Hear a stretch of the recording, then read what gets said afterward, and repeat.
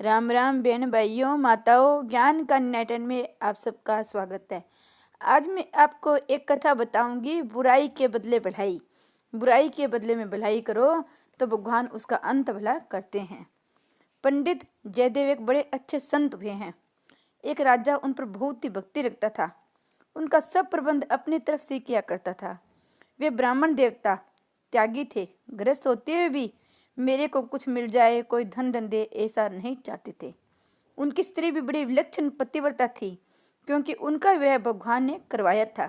विवाह करना नहीं चाहते थे। एक दिन की बात है, राजा ने उनको बहुत सा धन दिया, लाखों रुपए के रत्न दिए। उनको लेकर वे वहां से रवाना हुए और घर की तरफ चले। रास्ते में जंगल था। डाकुओं को इस बात का पता लग गया। उन्होंने जंगल में पंडित जयदेव को घेर लिया और उनके पास जो धन था वह सब छीन लिया। डाकुओं के मन में आया कि ये राज का गुरु है, कहीं जीता रह जाएगा तो हमारे को पकड़वा देगा। अतः उन्होंने पंडित जयदेव के दोनों हाथ काट दिए और उनको एक सूखे हुए कुएं में गिरा दिया। जयदेव कुएं के भीतर पड़े रहे। एक दो दिन में राजा जंगल में आए। उसके आदमी ने पानी लेने के लिए कुएं में लोटा डाला तो वे कुएं में से बोले कि भाई ध्यान रखना, मेरे को लग न जाए, इसमें जल नहीं है, क्या करते हो। उन लोगों ने आवाज़ सुनी तो वे बोले, ये आवाज़ तो पंडित जी की है। पंडित जी यहाँ कैसे आए। उन्होंने राजा को जाकर कहा कि महाराज, पंडित जी तो कुएं में से बोल रहे हैं। राजा वहाँ गए। रस्सा डालकर उनको कुएं में से निकाला तो देखा कि उनके दोनों हाथ कटे हुए हैं। राजा ने उनसे पूछा, ये कैसे हुआ। तो वे बोले कि भाई देखो, जैसा हमारा पार बंधे था वैसा हो गया। उनसे बहुत कहा गया कि बताओ तो सही, कौन है, कैसा है, परंतु उन्होंने कुछ भी नहीं बताया। यही कहा कि हमारे कर्मों का फल है। राजा उनको घर पर ले आए। उनकी मलहम पट्टी की, इलाज किया, खिलाने पिलाने आदि सब तरह से उनकी सेवा की। एक दिन की बात है, जिन्होंने जयदेव पंडित के हाथ काटे थे वे चारों डाकू साधु के वेश में कहीं जा रहे थे। उनको राजा ने भी देखा और पंडित जी ने भी देखा। जयदेव ने उनको पहचान लिया कि वे यही डाकू हैं। उन्होंने राजा से कहा, देखो राजन, तुम धन लेने के लिए बहुत आग्रह किया करते हो। अगर धन देना हो तो वे चारों जा रहे हैं, वे मेरे मित्र हैं, उनको धन दे दो। मेरे को धन दा या मेरे मित्रों को धन दो, एक ही बात है।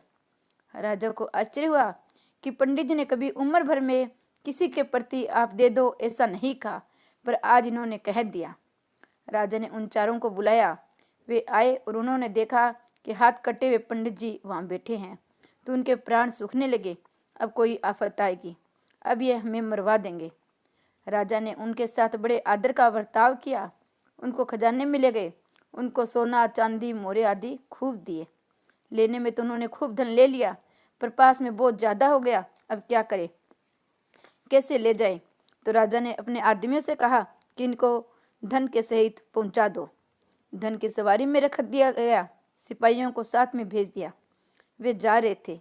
रास्ते में उन सिपाहियों में जो बड़ा अफसर था, उनके मन में आया, पंडित जी ने किसी को कभी देने के लिए नहीं कहते ते नहीं थे, तो आज देने के लिए कह दिया तो क्या बात है। उनसे पूछे के बगैर रहा नहीं गया। उन्होंने पूछा, आप बताओ कि आपने पंडित जी का क्या उपकार किया है, पंडित जी के साथ आपका क्या संबंध है। आज हमने पंडित जी के स्वभाव के विरुद्ध बात देखी है। बहुत वर्षों से देखता हूँ, पंडित जी किसी को ऐसा नहीं कहते कि तुम इसको दे दो, पर आपके लिए ऐसा कहा है, तो बात क्या है। वे चारों आपस में एक दूसरे को देखने लग गए। फिर बोले, ये एक दिन मौत के मुंह में जा रहे थे, तुमने इनको मौत से बचाया है। इनके हाथ ही कटे, नहीं तो गला कट जाता। उस दिन का ये बदला चुका रहे हैं। उनकी इतनी बातें पृथ्वी माता सहन नहीं कर सकी और पृथ्वी माता वहीं से फट गई और वे चारों पृथ्वी में समा गए। सिपाही लोगों को बड़ी मुश्किल हो गई कि अब धन कहाँ ले जाए। वे तो पृथ्वी में समा गए। अब वे वहाँ से लौट पड़े और आकर सब बात राजा को बताई। उनकी बात सुनकर पंडित जी जोर जोर से रोने लग गए। रोते रोते आंसू पूंछने लगे कि उनके हाथ साबुत हो गए। ये देखकर राजा को बड़ा आश्चर्य हुआ। ये क्या तमाशा है, हाथ कैसे आ गए। राजा ने सोचा कि वे इनके कोई घनिष्ठ मित्र थे, इसलिए उनके मरने से पंडित जी रोते हैं। उनसे पूछा कि महाराज जी, बताओ तो सही बात क्या है। हमारे को तो आप उपदेश देते हैं कि शोक नहीं करना चाहिए, चिंता नहीं करनी चाहिए, फिर मित्रों का नाश होने से आप क्यों रोते हैं, क्यों शोक कर रहे हो। तो वे बोले कि ये जो 4 आदमी थे, इन्होंने मेरे से धन छीन लिया और हाथ काट दिया। राजा ने बड़ा आश्चर्य किया और कहा कि हे महाराज, हाथ काटने वाले को आपने मित्र कैसे कह दिया। पंडित जी जयदेव बोले कि देखो राजन, एक जबान से उपदेश देता हूँ, एक क्रिया से उपदेश देता हूँ। क्रिया से उपदेश देने वाला ऊंचा होता है। मैंने जिन हाथों से आपसे धन लिया, रतन लिया, वे हाथ काट दिए गए। ये काम उन्होंने कर दिया और धन भी ले गए।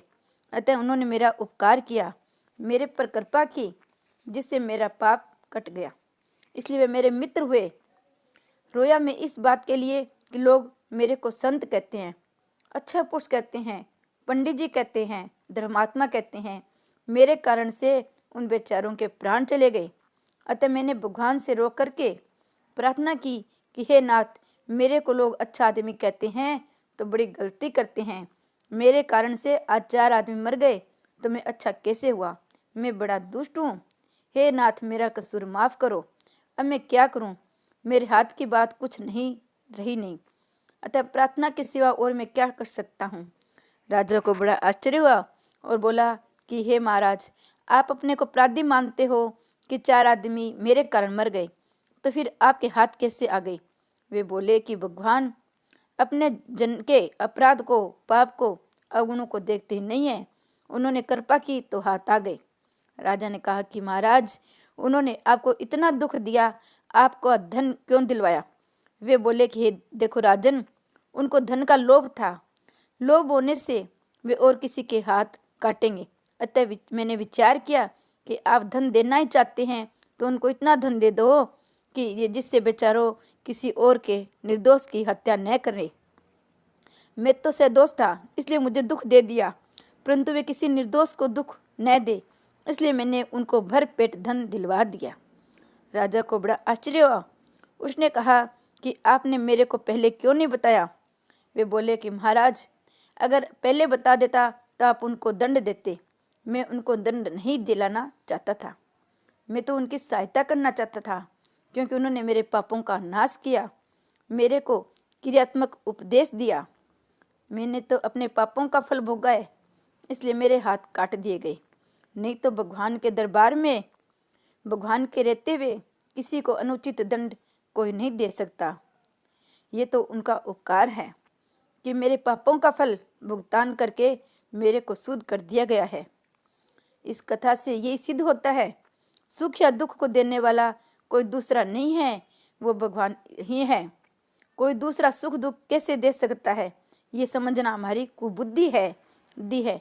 दुख तो हमारे पार्वन से, हमारे कर्मों से मिलता है, पर उसमें कोई निमित्त बन जाता है तो उस पर दया आनी चाहिए। बेचारा मुफ्त में ही पाप का भागी बन गया। श्री कृष्ण भगवान की जय।